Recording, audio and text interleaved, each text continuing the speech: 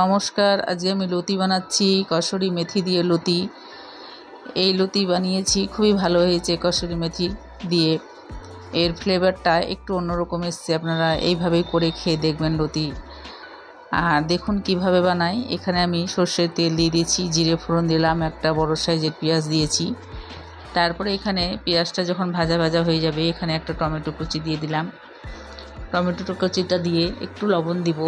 লবণটার সঙ্গে এবার টমেটোটা খুব ভালো করে ভেজে নেব, গলে গেছে দেখুন।